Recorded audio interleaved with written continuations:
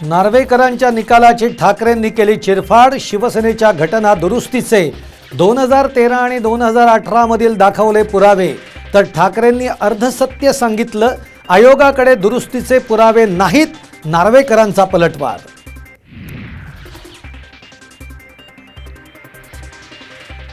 लबाड लवादानं अयोग्य निर्णय दिला। राहुल नार्वेकरांच्या निर्णयाविरोधात ठाकरेंचा जोरदार हल्लाबोल, तर ठाकरेंकडून दिशाभूल। कोर्टाच्या आदेशानुसारच निर्णय, नार्वेकरांचा खुलासा।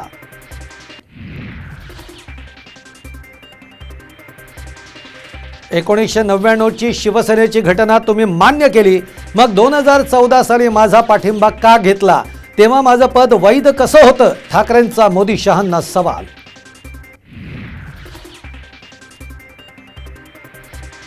निवडणूक आयोगावर खटला दाखल करावा लागेल। आम्ही दिलेली कागदपत्र देताना आयोग झोपलं होतं का?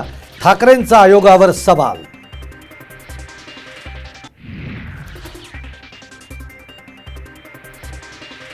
शिवसेनेच्या घटना दुरुस्तीची सर्व माहिती वेळेत निवडणूक आयोगाला दिली। सर्व पत्र व्यवहारही ठाकरे पक्षप्रमुख या नावानंच झाले। अनिल परबांनी कागदपत्रांसह सादर केले पुरावे।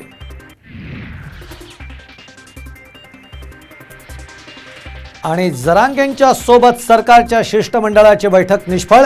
20 जानेवारीला जरांगे पाटील जालन्यातून मुंबईकडे कूच करणार।